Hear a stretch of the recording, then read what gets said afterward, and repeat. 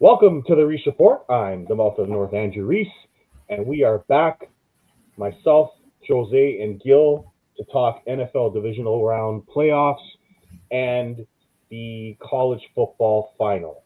That's what we're doing today. Last week, Gil was missing, but we're going to hear a lot from him today because we're going to want to hear from him about his team last week and how the meltdown happened and what he thinks caused the meltdown and whether or not he wants to fire his coach or get a new QB, that sort of thing. We're going to ask him about that. Jose, you and I are going to talk about the team that's on your hat right now and how they managed to pull off a victory over the champs in Philadelphia, despite 2 picks from Brock Purdy. They were able to do enough, and the Eagles melting down all year came to fruition once again in the playoffs. So we'll talk about that.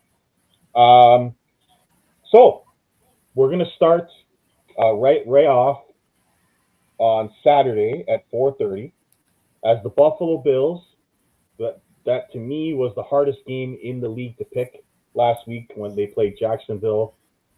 Jacksonville had a late lead. Buffalo came down and scored the game-winning touchdown on basically a tush-push. Trevor Lawrence had 2 turnovers. Buffalo had 0. That was the difference in the game. I don't know why Liam Cohen decided to start throwing the football when the run game was working, even when they had the lead. But as I said with Jose here last week, this is the best chance Buffalo's ever going to have to win the Super Bowl. And if they win this game against Jacksonville, I believe they have a great chance to go all the way to the Super Bowl.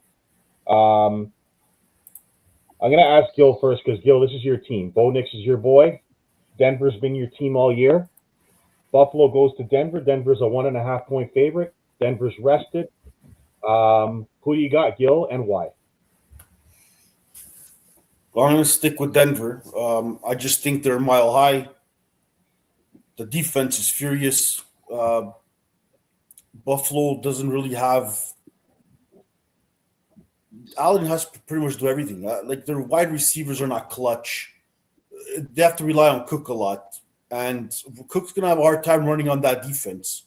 So they got to get creative and get open. But it's going to be a tough defense. And Bo Nix might have a field day here on Buffalo's defense, that's for sure. So I'm going to stick with Denver. Jose, you had Buffalo last week, correct? Yep. Yes. Who wins and why? I'm taking postseason Josh Allen, baby. I think he's playing at his high level right now. Last week he ran the ball, it's 2 touchdowns. He made some amazing plays in the fourth quarter with that fall back 40-yard bomb to Brandon Cooks. That's like a turning point of the game right there. I don't know, maybe Broncos, they can catch him rusty. It's been like 2 weeks since they've been playing. But you know what? I like you said, this is the best chance for Buffalo to go to the Super Bowl. I picked them to go to the Super Bowl, so I'm staying with my pick, and I'm taking Buffalo to win this game. Okay, so last week I said the winner of the Jacksonville Buffalo game, I believe, would go to the Super Bowl. Buffalo won the game, and so I'm taking the Bills. One of the reasons why I'm taking the Bills is that where they struggle defensively is in the run game. And I don't think Mr. Harvey is much of a running back. And so that leaves the pass defense to take advantage of a probably very jittery Bo Nix, especially early in football games. And so if Buffalo gets up early, this won't be a situation where they can come back. And so I'm going to take the Bills. I think it'll be a close game. I think it can go either way. But I just think after they beat Jacksonville, and they're going to be on Josh Allen's going to be on a mission to win this game. I think there's a real good shot they win based on the matchup. I think the matchup works in Buffalo's favor. I think they're going to need to run with Cook a little bit more because of Denver's secondary and their ability to rush the passer. But I just don't believe in Denver's run game, and that leaves the newly healthy Buffalo Bills to attack Bo Nix, and I think that's where Buffalo has the advantage in this game. So I got the Bills. Sorry, guys. I'm just going to grab this. Okay, now let's go to the second game, and this is the game where Jose, you and I are going to be nervous because it's Saturday night for the the second time in 3 weeks on a Saturday night at 8 p.m. The San Francisco 49ers, who pulled off an incredible win at Philadelphia last week, go to Seattle to take on the Seabags. Second time in 3 weeks. The last time they met, it cost San Francisco home field. They lost 13-3. There was a turnover near the red zone, which turned the game. But it's not like Seattle blew anyone out of the water. San Fran, what I liked about them last week is Brock Purdy, despite throwing the picks, just kept throwing it. He just kept gunslinging it. They kept attacking Philadelphia's defense, and they were able to get enough points to hold off a struggling Eagles offense, which has been like that all year. A.J. Brown dropping balls all over the field, Saquon unable to run, the coach and the wide receiver fighting on the sidelines, and Brock Purdy made one more play at the end of that game to win the game. Also, Ron Jennings with a great touchdown pass on the trick play. So the 49ers have won in Seattle, and they've lost at home to Seattle. This is the third meeting between these two teams, and I still don't believe in Sam Darnold. And I believe Brock Purdy has a great playoff record. I think they'll be more prepared this time for this game. And I'm taking San Francisco. If they can win this game, they have a chance to play for the championship game and then go to the Super Bowl at home. I think both the Bears and the Rams are vulnerable. So if they can just get by the Seabags and somehow score more than 3 points, they can win this game. Now, I understand there's a lot of injuries. Kittle got hurt. But I like what I saw from that team despite all the injuries, and it just seems like they're on a mission. Seattle, if you cover in Jigba, and you're able to get in front of their run game, you have a shot. They only allowed 13 points in the last game, so I just think if their offense can get going, then they can win this game like they did early in week one. So I'm going to take San Francisco because I don't think Seattle's going to do that to them 2 weeks in a row. So, Jose, this is a very tough game, obviously. I was wrong when I took San Fran the last time for the home field. Now they meet again for the third time. Who do you got? Listen, I love my Niners no matter what, but we got to be realistic over here now. Injuries are they're piling up, and George Kittle is a big piece on that offense for blocking and for running. Although they get Trent Williams back, he didn't play the last game against Seattle, and that's a big thing there. But I don't know, man. It's just I think defensively, I just don't trust that team. Seattle last week, Philadelphia. They're I don't know what's going on with that team, but if they had kept running the ball with Barkley, and they would have won that game. I just don't know sometimes the play calling that I think they need to fire their offensive coordinator there in Philly and get somebody new there. They have. Well, there you go. Because that guy, I don't know what the weapons that they have, and they just blow up the team like that. It's retarded. No, like you know what? I hope the Niners win, but let's be realistic here. We're on the road in Seattle. Their run game is good. Their defense is good. Hey, hopefully I'm wrong, but I'm gonna take Seattle in this one. Okay, Gil. You correctly picked the 49ers last week to win in Philly. Can you explain to us, since you weren't here last week, why you took San Francisco, and then tell us who you like in this game? Well, the why is easy. I don't know. We've been watching these games. Philadelphia's been just winging it the whole year. Like, I didn't see nothing special. You guys are surprised they won. I'm not. The Niners had McCaffrey. Unfortunately, Kittle got hurt, but Purdy's a good quarterback. Jennings did his thing. DeMarcus Brown ran around them, and Philly just fell asleep like they have been all year. So now going into Seattle, that's not going to happen. Seattle has more fire weapons. They're actually on stride. They're connecting. They have a rhythm, which Philly didn't have. Philly went into the playoffs. They just rolled in. I don't even know. They shouldn't even made the playoffs. Yeah. I'm sure I agree with you guys. They have great players, but as a team, I don't think Philly didn't look any dangerous at all. So Congratulations to the Niners, but I'm going to take Seattle on this one. I just think Seattle's at home. Niners, like Jose said, do have too much injuries. That's the reason, number one. Number two, Jose knows very well where we're going to be Saturday, where we're going to end up watching that game. So, as I learned from the Packers, me and Jose's teams always lose there. So, we're going to the cursed house. So, we've always lost. So, Jose, we're going to lose. I'm leaving. I'm leaving early, buddy. I don't know about you. I don't know. I'm not staying there for that game. That's a curse house. That's a curse house over there. Which one's the curse house? You gotta watch. You gotta watch it with me. Okay, all right. Just because of you, but if they lose, I'm never going to the house ever again. Especially when the World Cup's gonna be upcoming soon too. Yeah. So Gil, I assume it's your house that's the jinx. No, it's the neighbors. The neighbors across. Oh, okay, I see. Yes. Yeah. Listen, this pick by me is solely based on me believing Sam Darnold will be nervous and not win this game. If he's not nervous, they're probably going to win the game. So that's and I just want to say one more thing before I forget. Yeah, Sam Darnold did it again.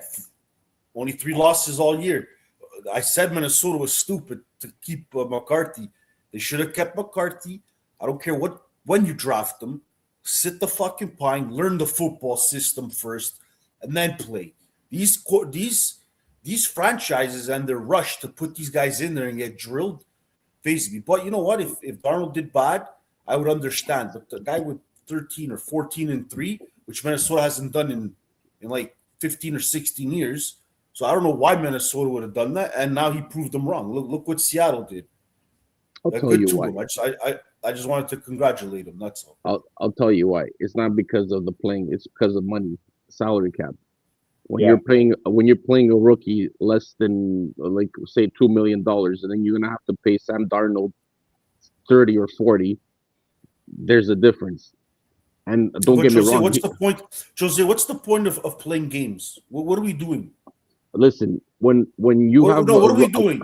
When 80,000 fans go to a stadium, what are we there to do? Win.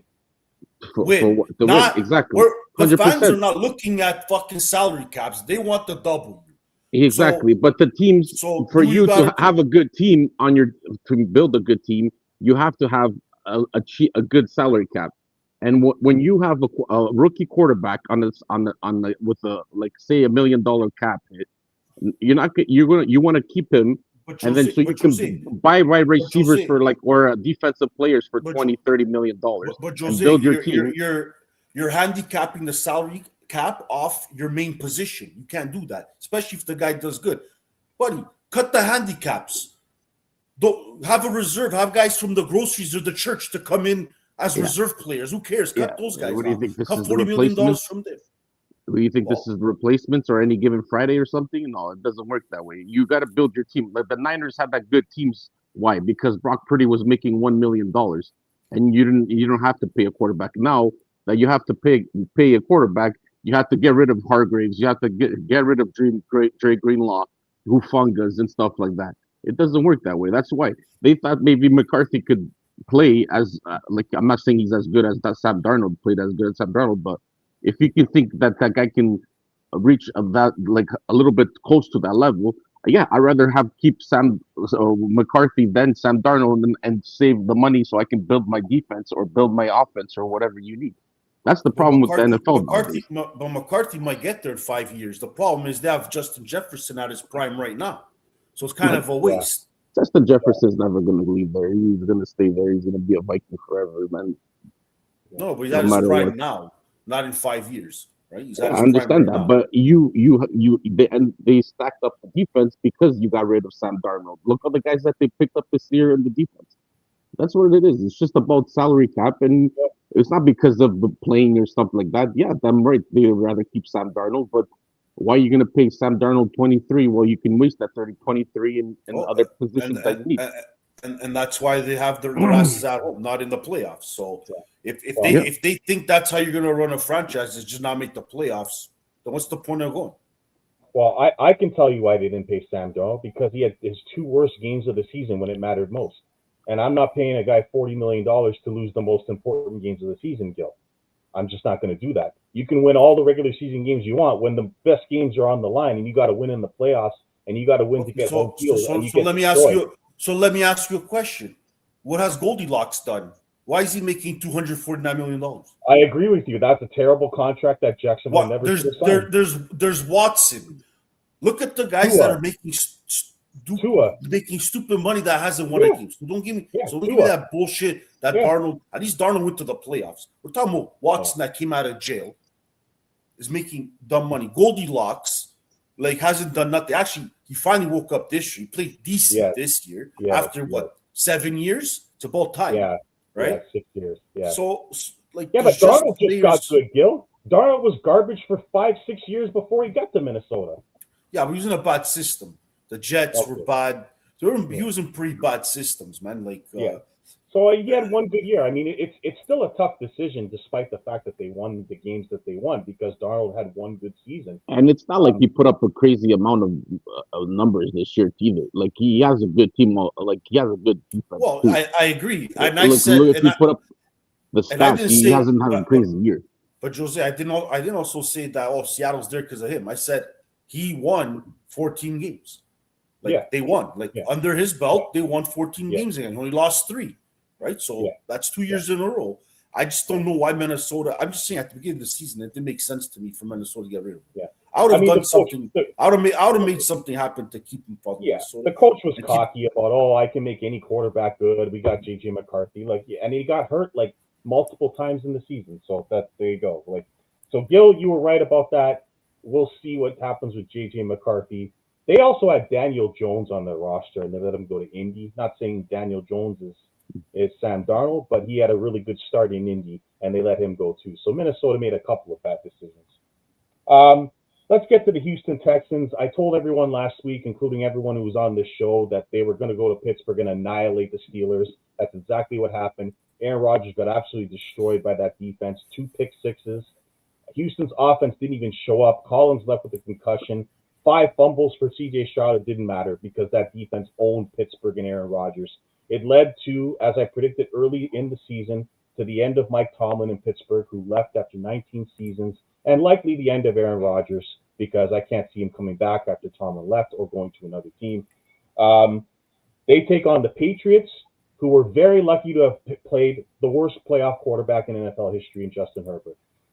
Drake May was very shaky, very fumbly, didn't do anything in the first half. But they only needed 16 points because Justin Herbert was brutal again. Now, I'm going to hear about his offensive line, but I watched that game very closely. In the first half, there were multiple opportunities for the Chargers to make big plays, and Justin Herbert's holding on to the football too long, or he's trying to run it. What do you expect? The guy was getting blitzed left, right, center, freaking buddy. He was running for his life. Every first down that they got was basically off his legs. That guy was getting killed. Trust me. Listen, honestly, I'm not defending him because I don't really give a shit about Justin Herbert or whatever the Chargers. But let's see when his offensive line is 100%. Then we can talk. If he struggles when his offensive line is shit, or if when they're 100% healthy with Alt and Slater there, then we can talk. Then he's a horrible quarterback. But we can't say nothing until his offensive line is 100%. Dude, they're bringing guys. Brock Purdy's winning games without half his team and half his offense. No, so hold up. What half this team, half his offense? What are you talking about? The only guy that got hurt was Kittle. Number That's one it. Receiver out all year. Yeah. Purcell out. What? Who? Purcell out. Purcell has been he played eight or seven games this year. He's got one receiver, and Demarcus Robinson, who's a journeyman, that he's throwing 4 catches to 110 yards to. His offensive line has been hurt all year. Williams has not been healthy. The defense has. What do you mean? Williams only missed one game the whole season. It was week 18. He's been there the whole season. The offensive line has been there the whole offense. It's not a great offensive line, though. They're not a great offensive line, but they've been healthy all year. They've been steady all year. I'm just saying, dude, you can't blame the guy. Bro, if you saw the game, he had no chance, no time to throw the ball, but he was getting killed. I'm even surprised. He missed open guys too, though. I'm even surprised he freaking get out of the game alive. the hits that guy took. Jesus I Christ. mean, 3 points is embarrassing. Like, I mean, and it's not like New England's defense is a home. Like, the Chargers held them to 16 points, and he got 3 points. I mean, the Chargers defense has been good for all 3 years that he's lost. They've gotten 10 turnovers for him. He blows 27-0 leads, and now he scores 3 points in a playoff game. I like I said, there's three things that are guaranteed, four things that are guaranteed in life, guys. Death, taxes, that Herbert loses in the first round, and the Leafs lose early in the playoffs. Those are guaranteed things to happen. Okay. Anyway, they play New England. New England, you know, they were okay last week. May had a better second half than a first half. The game's in New England, but I said this to Jose, and I don't know if you remember. It was week 17, I believe, and I said, and this was right before they played the Raiders and had that close game with the Raiders, and I said to Jose, if Houston's defense is playing like this and their offense gets going, now their offense didn't get going, but they could be a Super Bowl contender because that defense is that good. My problem is that offense was so bad, and now they lost Nico Collins. So the question I have for myself is, who's going to win, Houston's defense or New England's offense? And I don't know the answer yet, so I'll go to Gil first. Houston at New England. New England is -3.5. Actually, you know what? I'm not going to do that. Jose's laughing. I'm going to take Houston. I like Houston. They've won big games on the road this year against good teams.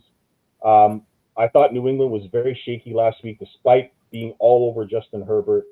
I assume they're going to do the same thing with Nico Collins. The difference is Woody Marks went crazy last week. They had a great run game. New England's run defense is not the strongest. So I think that if they're going to win, if they run the ball and C.J. Stroud is over his fumbleitis, then I think they can win by scoring a low amount of points because of how good that defense is. And Drake May was very shaky last week. So we'll see, but I'm going to take Houston. Yeah, it's gonna be a good battle. Houston's defense and the Patriots defense. I would actually take the under on this game. Yes, but if you do notice, the Patriots are starting to become a two-headed monster in the back there. They're rushing with Stevenson and Henderson right back to back, and one just matches the other. They're both getting like 67 yards together. So Texas has to be careful. Nico Collins is a big miss for their deep game. That might hurt them.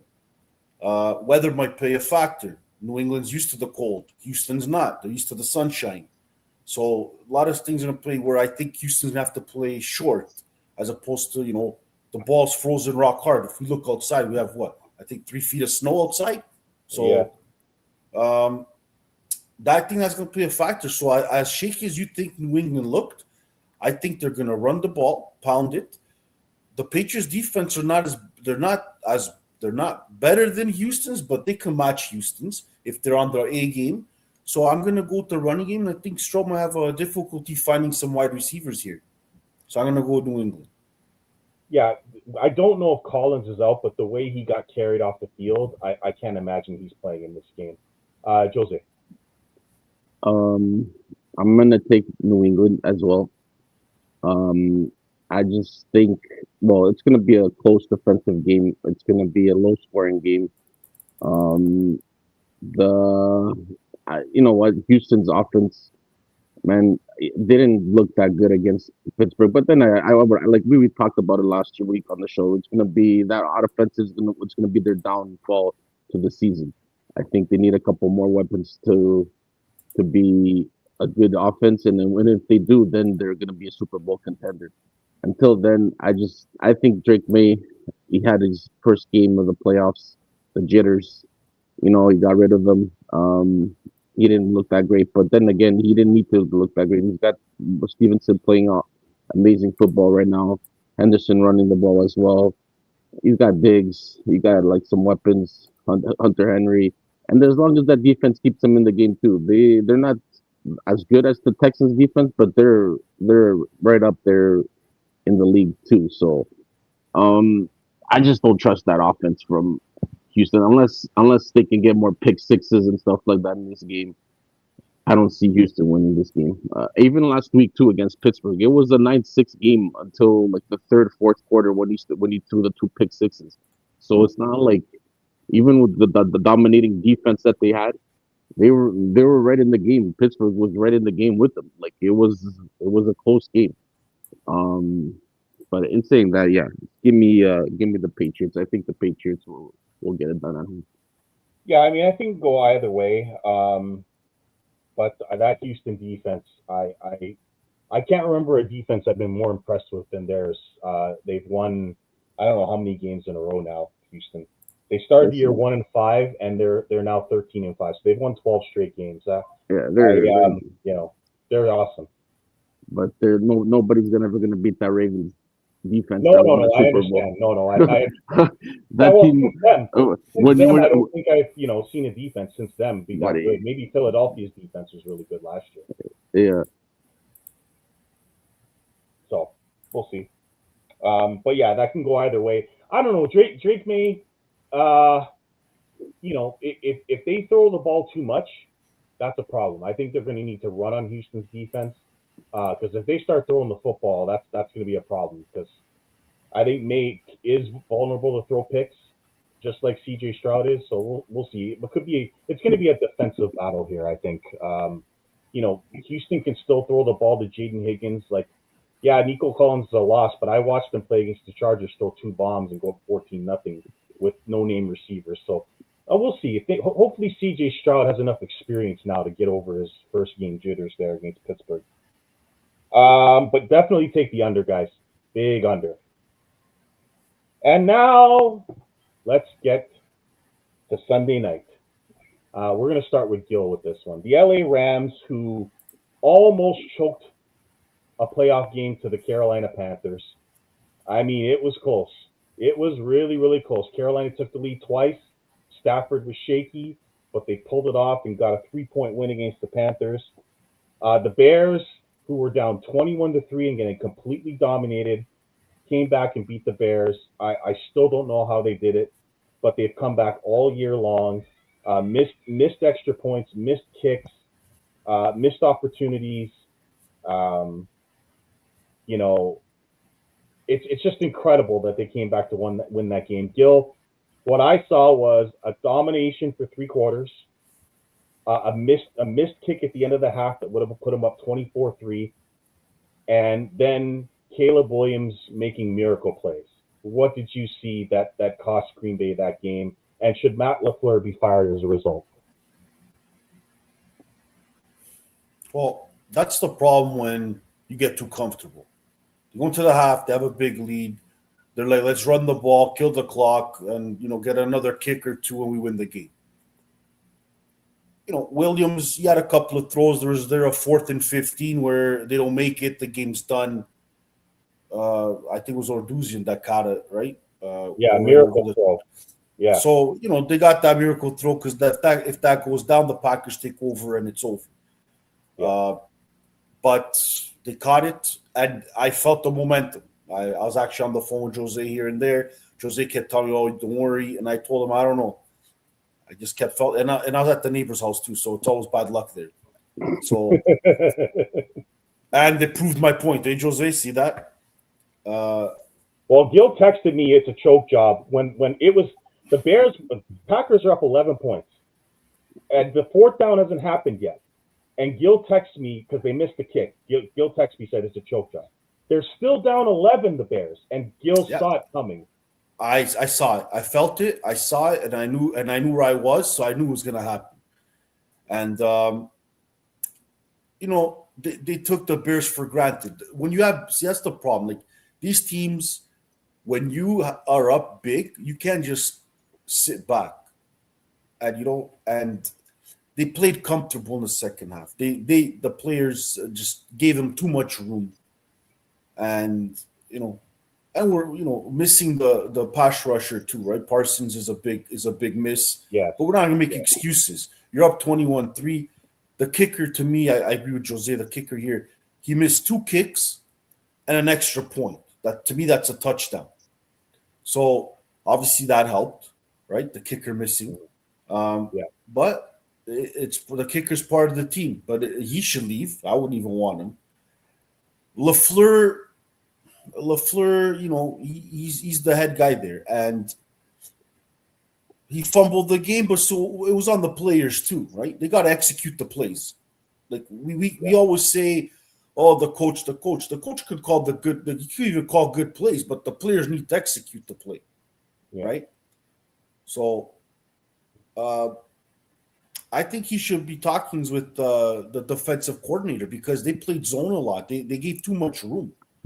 They weren't blitzing. Williams was doing whatever he wanted. He had too much time, and they just sat back and let them play zone. They weren't letting the big plays, but every 2 minutes they were at the red zone, right? So I felt it coming. I knew it was coming.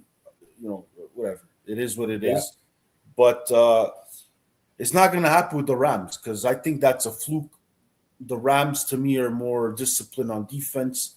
The Carolina thing was also another, we're coming here. Well, it's an easy win. Carolina shouldn't even been in the playoffs. They just win because the division's garbage. And they took them easy.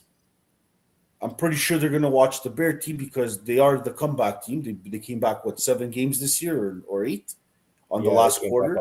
So that's gonna be in the Rams, and LaFleur's good friends with McVay. They're good friends. Yeah. So I'm pretty sure LaFleur called him and told him, don't take these guys lightly.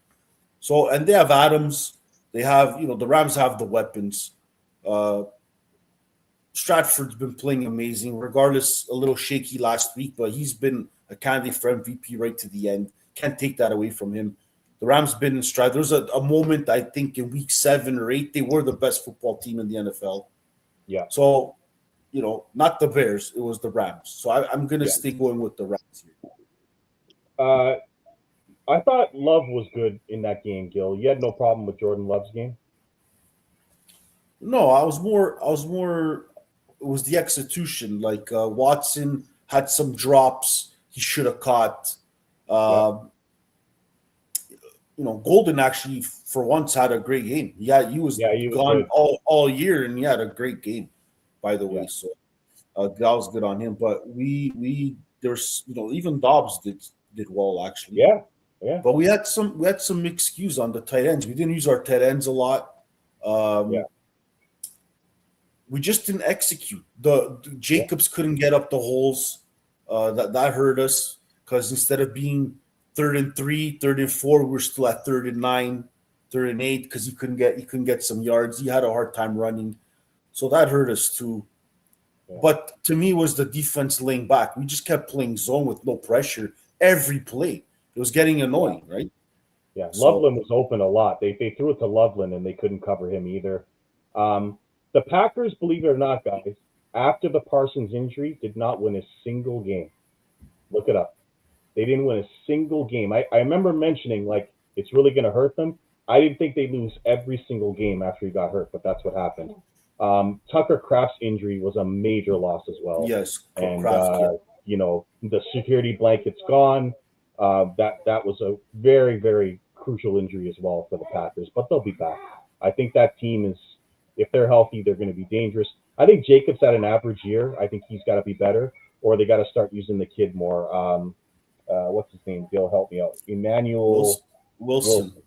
Yes, I think they should use them more next year. Wilson's a big body. He's a rough trucker, man. That guy he'll get you yards. Yeah, people bounce off that guy. That's for sure. Okay, so I'm Jose. You can go ahead. It's Rams -3.5 at Chicago. Both teams won the games late. I don't know what to say about the Bears, dude. I still think Caleb Williams, to me, he makes these miracle plays, but man, the first 3 quarters of the game this year, a lot of the games, he's been really, really bad. So I don't know what to make of it, but who do you got in this game? Well, he better start smarting up in the first quarter because by the time it gets to the fourth, he's going to be a blowout. I don't see this defense stopping the Rams. I love my Pookie. He won my fantasy, so I love my Pookie. He's gonna have a field day against that secondary. he torched that freaking Panther secondary. He's gonna torch this freaking Bears. This game's gonna get out of hand. But I'm telling you right now, I think the Rams blow them out, double digits. I'm telling the truth. I don't. This Bears team is. I think they're frauds. They've just been lucky. Like like you said, that play he just throws up a hail mary and it goes over the defender's head and it goes right to their right receiver. That's what gave him momentum of the game. If he doesn't make that pass, and even like offensively, like they struggle, man. Like it's not like they are a well-oiled offensive team. Like they struggle, and then after when they get the momentum, then they start all of a sudden they start making these crazy plays that out of nowhere, and then they end up winning the games. But I don't see this happening. I think the Rams, the verse is gonna get pressure on Caleb Williams. I just think even Landman, you know, he's gonna freaking drill fucking Caleb Williams back to the oil fields. And yeah, give me the Rams. I think the Rams are gonna kill him. I think they're gonna beat him by double digits. Yeah. Okay, I have the Rams as well. As much as I hate taking the Rams, here's the thing though. The Bears' injuries are the story. Like they lost an offensive tackle last week. I just think defensively they're in trouble against a complete Rams team as long as Stafford doesn't turn the football over. Now, but here's the problem: if Stafford gets a little gunslingy, that can lead right into the Bears' hands. Number two, the Rams have blown a lot of leads this year.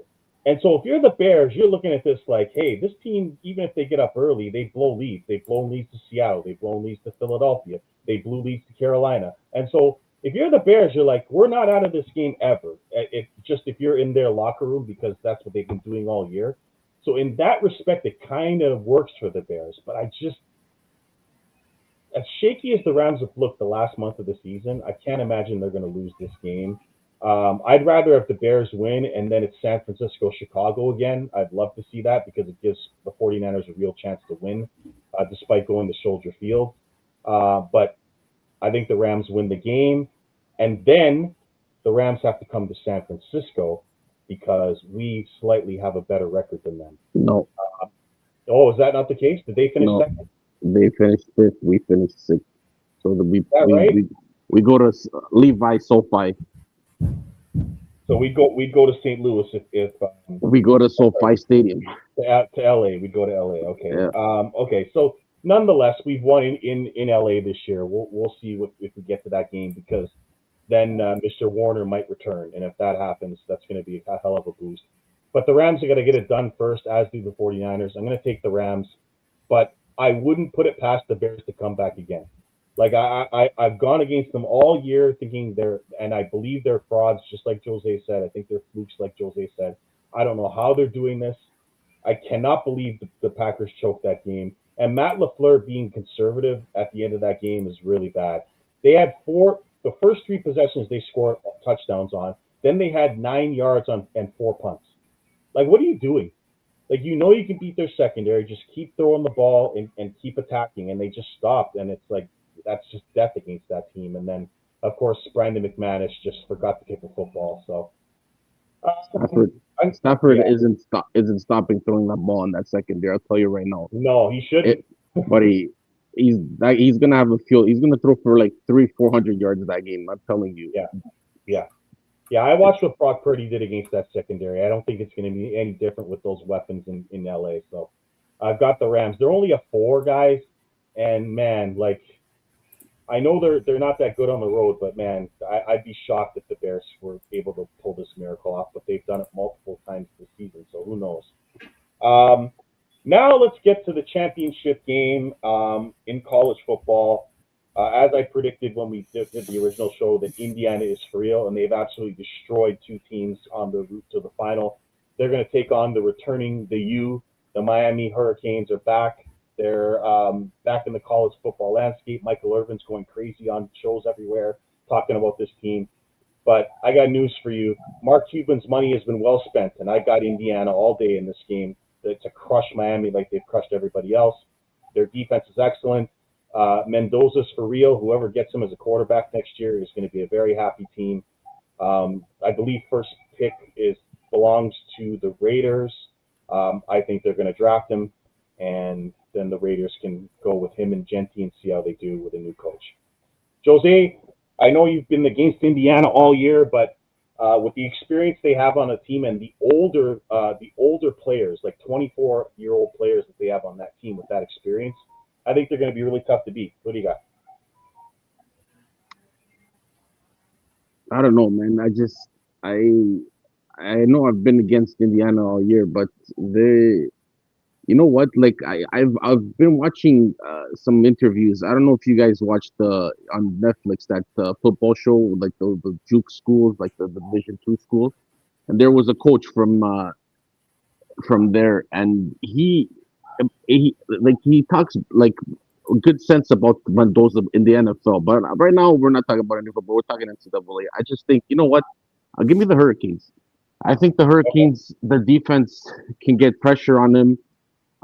Beck is playing a good football too. He's one of those guys that he's the redemption story for him too. I don't know. They're playing at home, so that's another thing. Um, I just, you know what, Indiana they should win this game, but I don't know. I just like Miami, man. Miami they bet a lot of good teams to get to this final. I think the coaches has them playing well. He's one of those gritty coaches as well too. But yeah, so give me Miami at home. I think I like Miami. I'm gonna take Miami.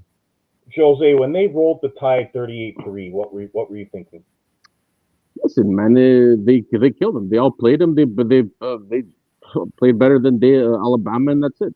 End of story. And then listen, Oregon 56-22. I mean, these are some like don't get me wrong, they have a good team, but you know what? Look at the other side too. Miami. Look who they beat to get all the way there to the finals, and look at the.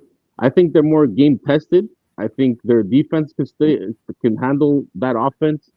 And you know what, man? Like, I don't know. It's gonna be a good game. It's gonna be a close game. People think it's gonna be a blowout. I don't think so. I think it's gonna be a closer game than people think. And hopefully the U wins.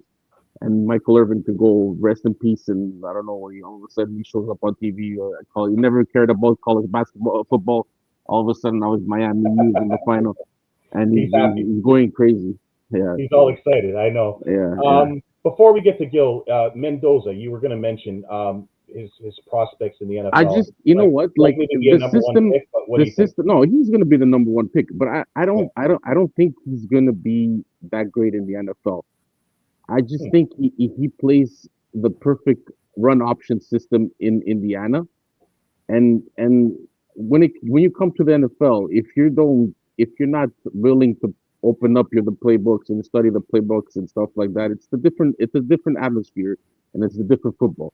Just like Trevor Lawrence when he was in college football, he was tearing it up, and then he struggled at the beginning of his career in the NFL, and he's not one of the greatest quarterbacks out there right now either. But I just, you know what, I don't think he's going to be he's going to have the hype, but I just don't think he's going to be as good as people think. Gil, who do you like? And tell me your thoughts on Fernando Mendoza. I agree with Jose. I don't think it's going to be a blowout, but Indiana's defense was very impressive. I'm going to have to take Indiana. I think Indiana will pull it off. Their defense just looks too strong. As the time you think they're going to, this is the game they're going to choke, they haven't. So they haven't all year. Alabama, they played very good. Miami is playing great. Like Jose said, they beat some big teams to get there too. They're both good teams. I just think Indiana's defense is just at a different level for college. I think Miami might have just a slight edge of not making some touchdowns when they need to, and Indiana's D comes big. But it'll be a close game. I'm going to take Indiana. So I admittedly didn't watch Indiana all year, but I've watched all the playoff games, and you guys call me crazy if you want. But when I see Mendoza, I see Josh Allen. Am I crazy, or is that a good comparison? No. No? I don't think he has the. I don't think he's a Josh Allen. Like, I don't think so. Gil, what do you think? Look, Mendoza for me is on a great team. Okay. Indiana plays the option, like Jose says.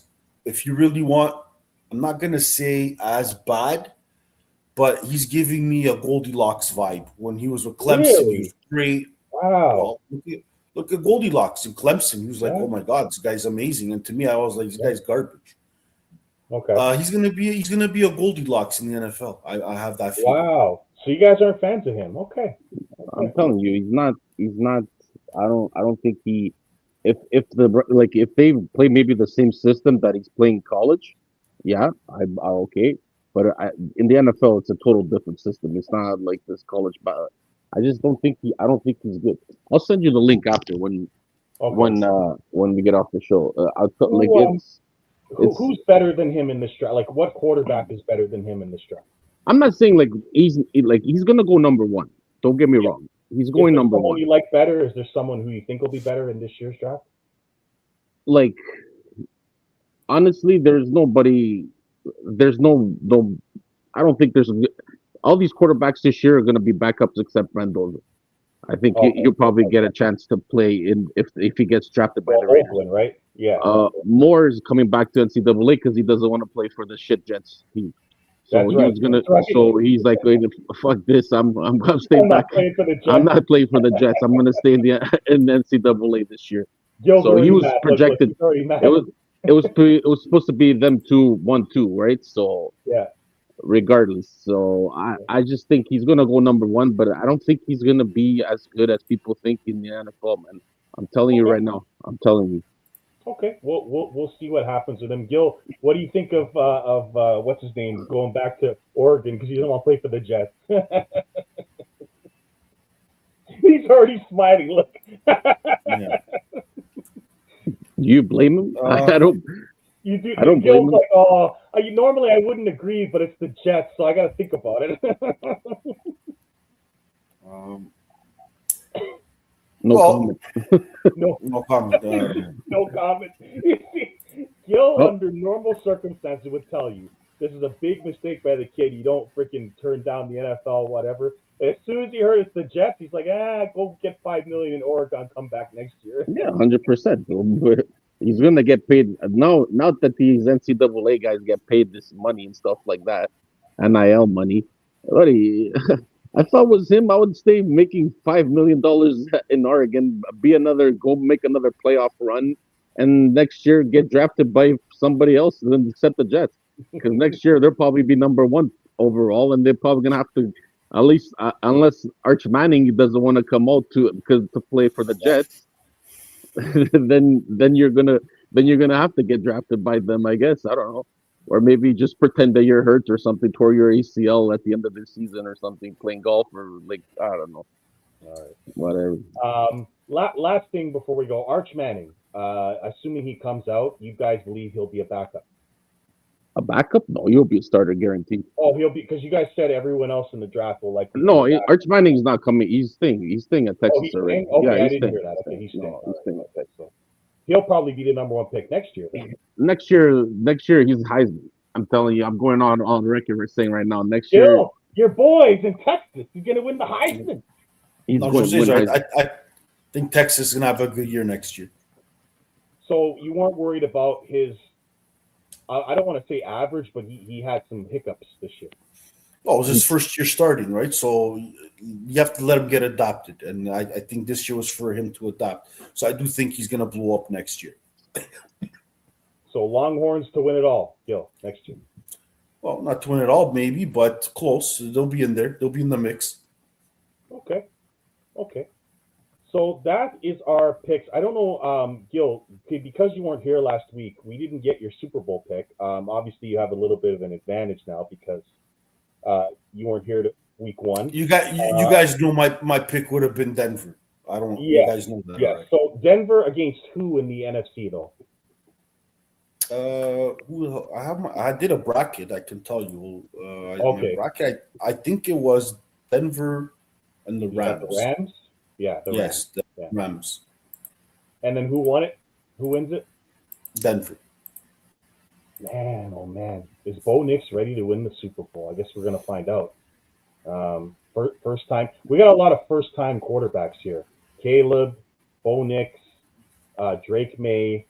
Even Sam Darnold, it's like his second playoff game. Like this is going to be, and we saw it last week. There was a lot of nervous quarterbacks. So anything can happen, and we shall see. But I'd like to thank the boys for coming on. This was a great show. Obviously, there's less games as we go along. We're going to bring you more content, different content. I'm going to be covering the Raptors more. I'm going to try to do Leaf shows. I promised the ball hockey team I'm going to try to do Leaf shows and get people to come on and talk about them.